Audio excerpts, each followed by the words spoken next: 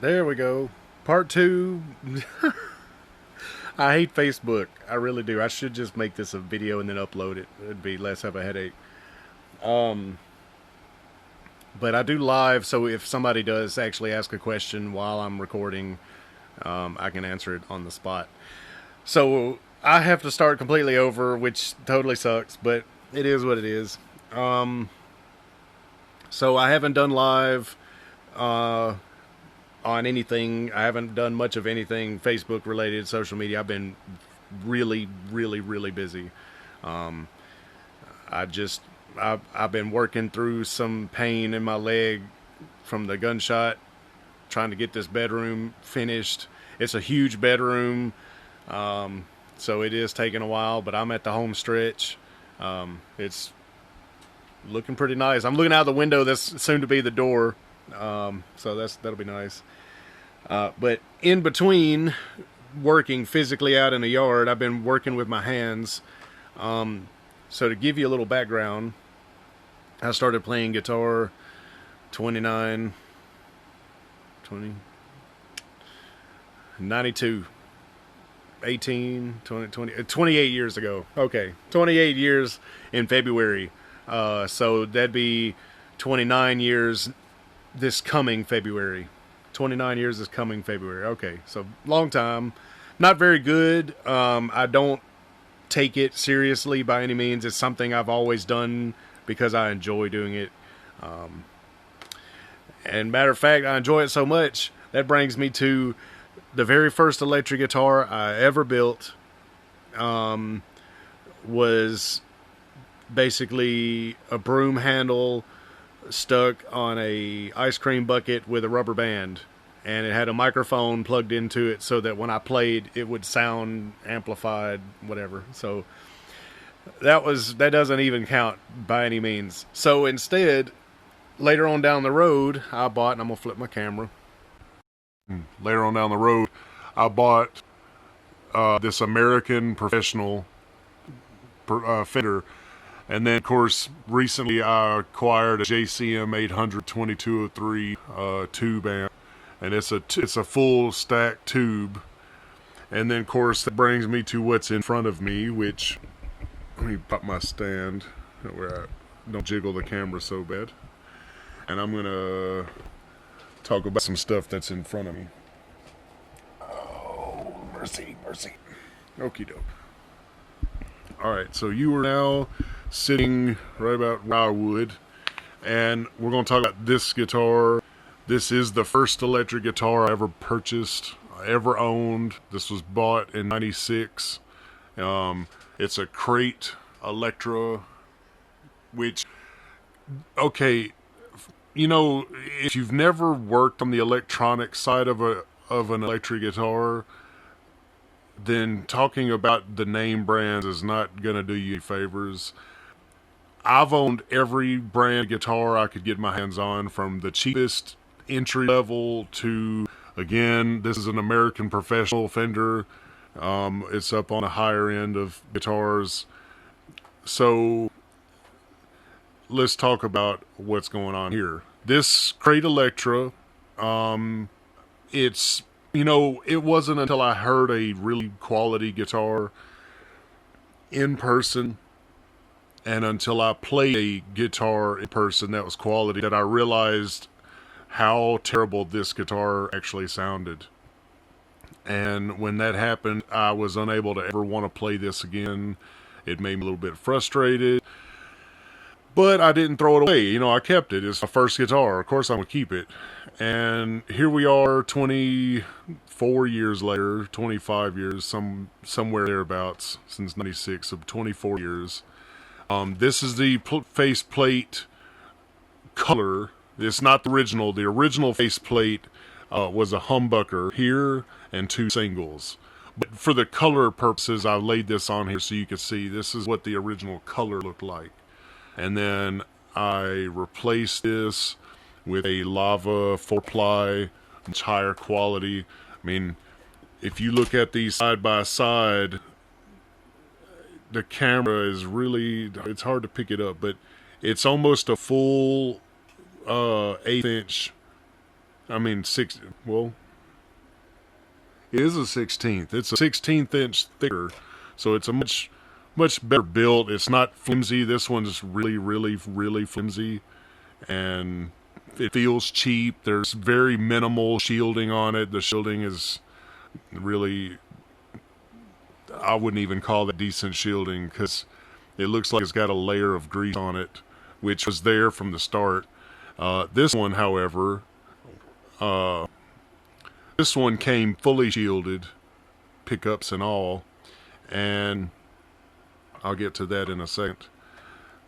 So the original pickups from this guitar are the neck and the middle, and these are the humbuckers.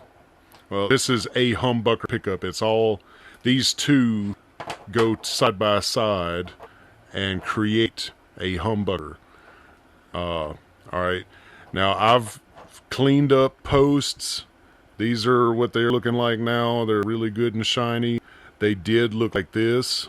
This is the other side of those same posts. All I did was flip them around. And the reason it doesn't matter on this side is because this is the magnet side. It will not affect the magnetism down here, but it will, however, have an effect, a detrimental effect on your strings. I'll flip the post, and so, you know, these, this is before and after, well, I guess after and before. Anyway, so those look horrible. These are actually perfect. They're a little bit dirty looking, but that's from the glue. If you notice, there's a rectangular space, and then of course that's the rusted side of these pickups, and I've already removed all of the cables and desoldered them so that there's, you know, I got clear hole to run my wire. And then of course this is the neck pickup, and it's the same. Now I haven't wound them yet. I know I said on my post that I hand wound these. They will be hand wound. I actually have the wire right here. I just haven't physically wound them yet. It's because I've been busy. And so the pickup winding, that's something I'm going to do a little bit later. I'm going to set my camera down so no more wobble. And then we're going to talk about why the pickups aren't built yet. As of right now, these are the new Cts Tone Pots. They're 250k ohm potentiometers, and these are called audio tapers. An audio taper is much more accurate. It uses the curve on it is more of an S curve, so it has more of a dramatic effect per turn, like per little movement, incremental turn, than a linear taper, which is a straight line. Now, I've already installed the pots. Now, the thing about it is, volume and tone pots are the same. They are one and the same type of pot. But they're wired differently, and you don't usually put capacitors or resistors on the volume pot. Also, the ground, I've already bent the ground tab up. This will go to the switch here for the volume, and then that will then go to the output, if that makes sense. On this side, you've got the neck will come in and then go out, and then come in and then go out, and then all of these grounds will be tied together. This will be tied together. The body shell in here I was surprised to find out this is a solid birch body, which is really nice. I like that. As you can see, back in the day, I drilled this channel out for I had a hole in here for a kill switch, which is this right here. This is what sat down in that little groove, so that would go down under the faceplate, and then my lead wires would come across here, which I don't care that there's a hole in that. It's not going to hurt the sound any, because it's not very much of the wood, and it's a small channel. It will, however, affect the shielding, which is something else I was going to touch on. This guitar was painted with conductive paint in this in the electrical components chamber, but I tested it with my continuity meter, and there is no continuity anywhere in this shielding paint, quote unquote, which is terrible, which means it's not shielding at all, it's just paint. And so I'm going to go back. I'm going to have to buy some shielding paint. I don't have any on hand. And if I choose not to do that, I may just use, I've got copper tape. And copper tape is perfect for shielding. And it'll go in all of these crevices all around here. And then I'll attach a lead wire from the bottom to a spot just up here somewhere. And the reason for that is it'll make contact with this foil shielding on here. And that'll give me a continual box, a full shield box. So this is a Fender switch, 5-way. And Cts 250K Tone Pots. I'm also going to be using my own, I'm going to rebuild everything myself. So the only thing that'll remain original is going to be the body and the neck. The tremolo is going away for a new tremolo. Quite honestly, there's a lot going to be different about the guitar when I'm done with it. And then, of course, I'm not sure which one of these capacitors, they're all in a big jumble right now, but these capacitors will end up being my tone cap. This one might actually be one of them. I'll have to go check the values again. I'm going to be going with a low value so that I've got more adjustability in my knob. Another upgrade, any resistors that need to be replaced will be replaced with decent quality resistors, and I got a box of those. There's like 600 in there or something like that. Same thing with capacitors. I got 600 capacitors. So those will go over here, and these will also go over here. Now for winding a pickup, I'm not going to show the pickup winding on camera. I am busy today, so I don't have that time. But what you do, I don't have a pickup winding machine, but I do have ingenuity. So this is a bobbin that you wind your pickup wire on, which I'm using 40 gauge wire here. And the reason I wanted a heavier gauge wire, it's not much bigger than a 42, which is what was on it, I believe, or it may have been a 44. But anyway, so back to the point.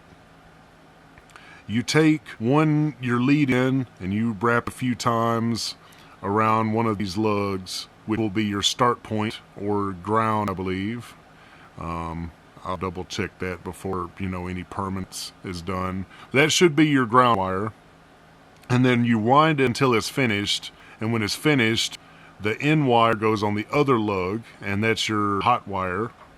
But to wind this pickup, I take a nail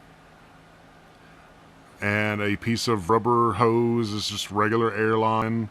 I believe that it's 1/8 inch if you want to know the diameter. I could be wrong, but I think it's an 1/8 inch. Alright. And then from there, to wind this pickup, and I'm sorry that my camera's not in focus very well. I'm going to try to lock that in place.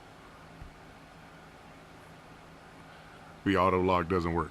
Anyway, so what you'll do is in this center post, you drop the nail in, or in this case, push the nail through, which I'm not going to fight with this one.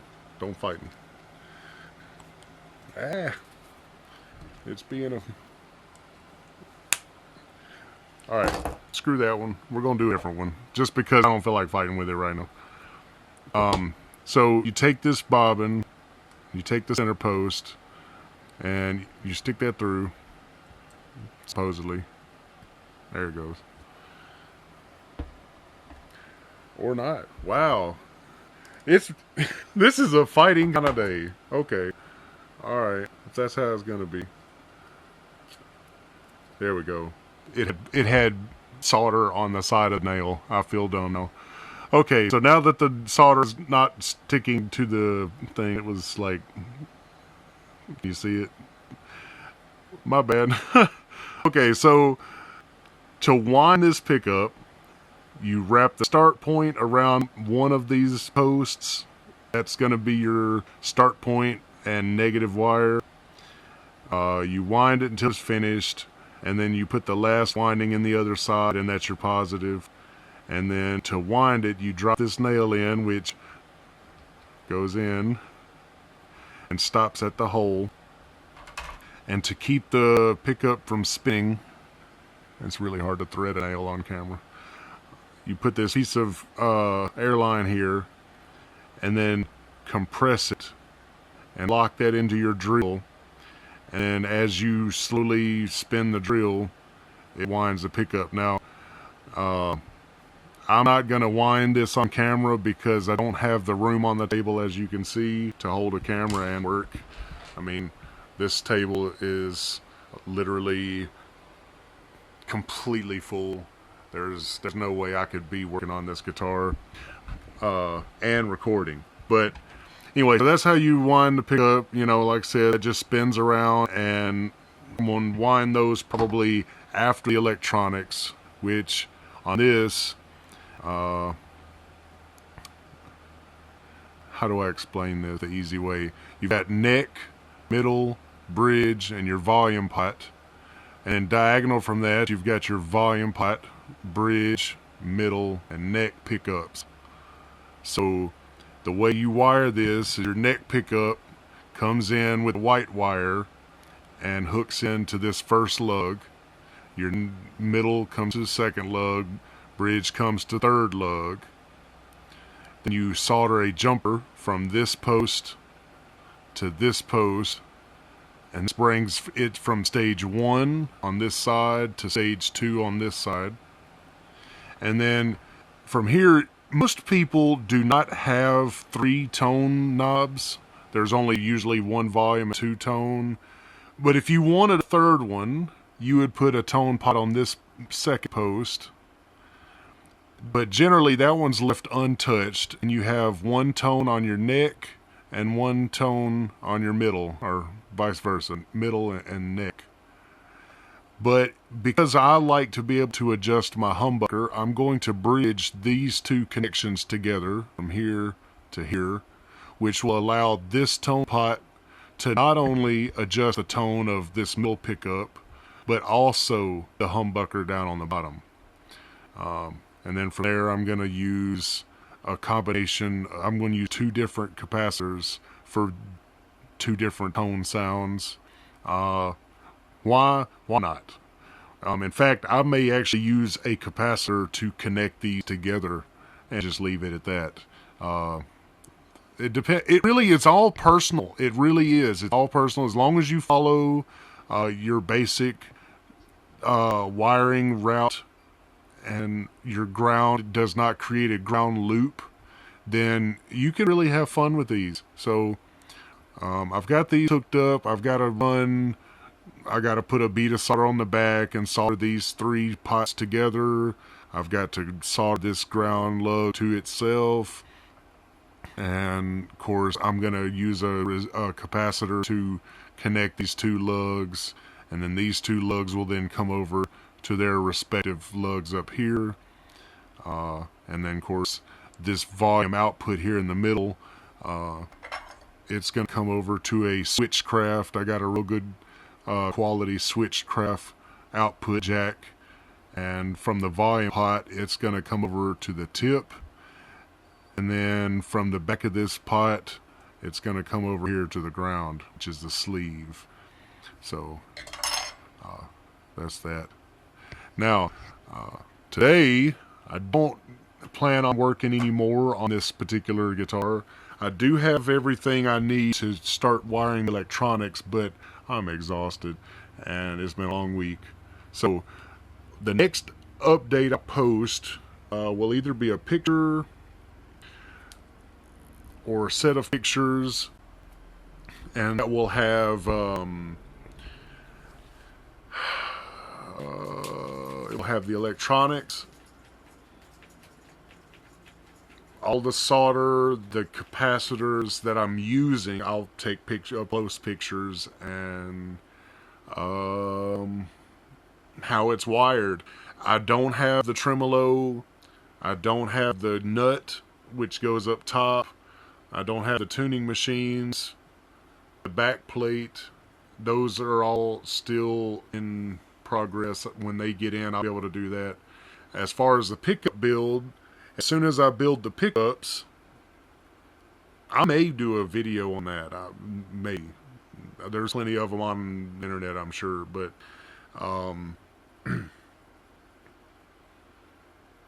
today is break day. Take a break day. Tomorrow is use up the last of my material in the bedroom. And I'm going to probably do all the electronics in the guitar. When that's through, I'll post pictures and update about that. And then probably Friday is when I'll line the pickups and get them ready to go in the guitar into the pickguard. Because everything I'm doing can be built onto the pickguard and then dropped into the guitar. Because the only thing that connects to the guitar outside of the mounting screws are the volume height, the ground, and then you've got two other wires. You got one ground that goes to the body cavity, and then one ground that goes to the tremolo claw. And you really want to ground everything you can. If you don't, you'll have a lot of noise. And let me tell you, I've played with some guitars that had a lot of noise. They suck. They make me mad. They make a lot of racket. They make this like you're plugging the microphone jack into a mic, but it's not all the way plugged in, so it's making that static hum. That's what it sounds like if you don't shield. Some people like that sound. In fact, most guitars aren't shielded on the inside. But because I play indoors at home, I want a real quiet guitar. I'll make the noise on my amp. So, yeah, I'm going to be doing that. I'm going to be shielding the body cavity. I'm going to be grounding everything that needs to be grounded, including grounding the face plate to the body, and vice versa, the claw. I believe that's everything needs to be grounded. You know, you could go further and add an extra ground jack to the output jack mounting plate. Like on the back of this, you could probably put another ground lug here, but there wouldn't be any point in that because you might accidentally create a ground loop if it's not a shielding ground instead of a circuit ground. Like, okay, when you shield a guitar, the shielding grounds are all grounded to the volume pot, which sends all of the noise it hears, it shunts it to the ground, gets rid of it. If you ground too much, you'll end up grounding the sound you want, which is not good. So I'm gonna leave it at that. I'm looking forward to these. Look so nice. Look at this. This is the after shot of posts, right? And how clean they look. These were not clean. They were yellow. They were not white. They were yellow. And then versus the old, these are tops of those same posts. I punched them out, cleaned them, and flipped them. And that way it goes from this with a very yellow, which is down here, you can kind of see, to brand new looking. They look brand new. That's the trick with a pickup. It isn't this doesn't matter. As long as these are spaced correctly, are made of metal, they work. Now, the other thing I'm going to do, I'm going to flip my camera again. The magnets that originally came in this guitar are ceramic magnets. They're real brittle. They're junk. I'm just gonna say they're junk. They're good for crafts and projects, but as audio equipment. They broke with me just trying to get them off back of this thing. That's how fragile they are. And I don't like the fact that these are not very good quality. And of course, you can see they fit on the back here and magnetized. These posts are not magnetic, so because they are not magnetic, you have to add a magnet, and that's what this does. This sits on the back here and creates, if you were to take with no magnet, you'll notice I can't pick this up. And so if I were playing a guitar, it wouldn't make any noise. But you put this magnet on the back of these posts, like this, suddenly now I have a magnetic field. But you see how this nail is real weak? It won't even really stay up with the pickups. Alright, well, to solve that, I bought these Neodymium magnets, which these are much more powerful magnets. In fact, they're so powerful that they came with spacers so that whenever I'm ready to use them, I can pull them apart. Now, I'm not going to cheat and use the whole stack because I would rather not risk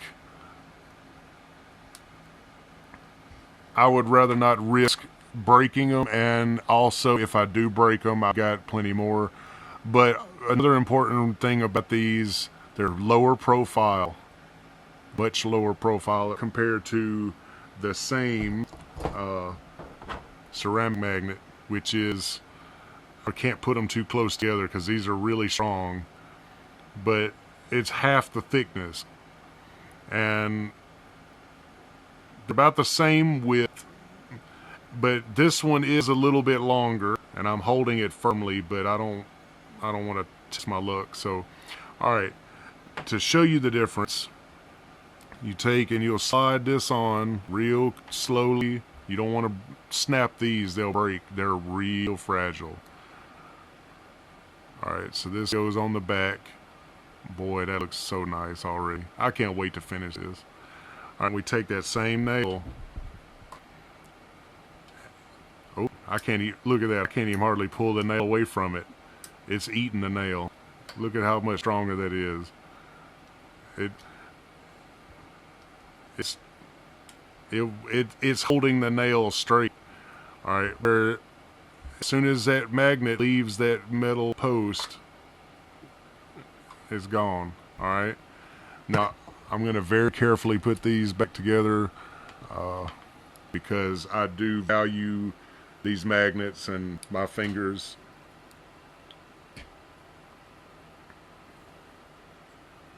Alrighty, safe and sound in the stack.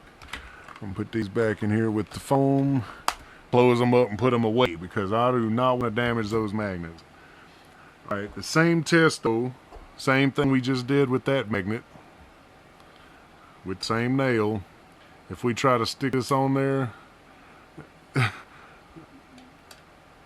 it won't even hold it won't even hold it up.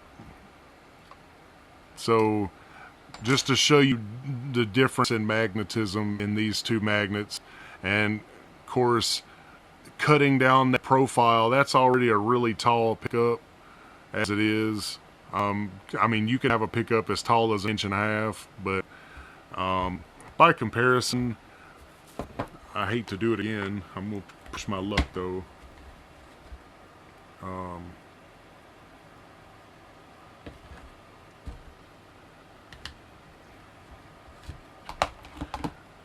Alright, so I'm going to use the other pickup as the example piece. And that way it's a little more really visible.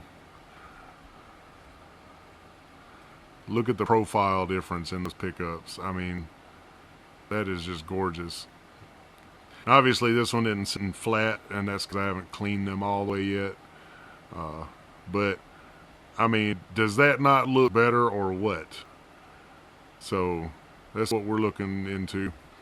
Well, I guess I've rambled on about guitars and pickups and yada yadas for long enough. So, what I'm gonna do, I'm gonna leave this video as it is. I'm doing a lot of moving, so excuse the random noise. But I'm gonna end the video by saying that I look forward to finishing the guitar build. And I know there was a friend of mine that said he's looking forward to hearing the pickups, and I know that that's probably the biggest part of that part of this build is the pickups, because without pickups the guitar is just a piece of wood. It's not like acoustic guitar where it doesn't need electronics, or you could put electronics. And also, I do realize that this appears bluish, but that's because there's a protective film on it that I haven't peeled off yet. So this is actually black. So just to get a good view of what's to come. And then of course, pickup covers. These were yellow. Now they're mostly white. They look a little aged, which is perfect for me because I don't mind aged looks. In fact, amongst this stack of parts, where we got off to, one of these stacks of parts. Oh, by the way, that was something else. You've seen the back of these control knobs, right, and how nice they look. These are the old knobs. These are the old pots that came off. Just to show you, like, they're real tiny. If I just take that same size, like, anyway, these are outsourced and cheaply made linear tapers. These are not, linear pots. These are not audio tapers. These are audio tapers. So this is for every 1 through 10, if you were to go through, 1 through 10, for every one you turn, it's going to make less of an auditory difference, but it's going to have a proportionate increase or decrease. These are not going to be very proportionate, but they're going to make an audible difference, because the more you turn, the more difference they make. They're logarithmic. Laugh at me all you want to. I cannot pronounce that word, and I'm not going to claim to. But I'm going to leave it at the fact that this is an audio taper. This is a linear taper. Audio taper, linear taper. Two different things. That's the most important thing. Is that they are different.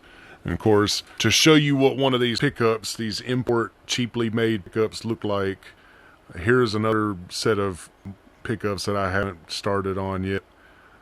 Cheap, real thick magnets, double magnets. They don't need 2 of them. You really could get away with just 1 magnet. And then of course these posts they're posts. It's just a piece of steel. But the windings on them are really negligible. They're so thin, and you can't really get much of sound out of them. They're quiet. One pro to winding your own pickups. Let's sit this way. Yeah, there's the audio station. Anyway, one of the advantages of winding your own pickups is if you want a nice hot pickup, loud, something that stands out, you can do that. You can wind more reps, and you'll get a louder pickup because it'll have more resistance, and that's that. So I'm going to leave it at that, and I look forward to posting the next update. Hopefully that will be within the next day or so. But this project has no timeline. There's no dates. There's no nothing. This is simply a project that I thought I would share because there are a few people on my friends list that have shown interest in the guitar side of things. And this also gives me a chance to flex my electronic skills a little bit more. I generally work on the software side, but I love tinkering with the hardware side of things. I mean, shoot, I'm building a house. I'm sitting in a part of the house I already built. So, anyway, I'm going to get back to it, and I'll keep staying safe, and I hope to see y'all again soon.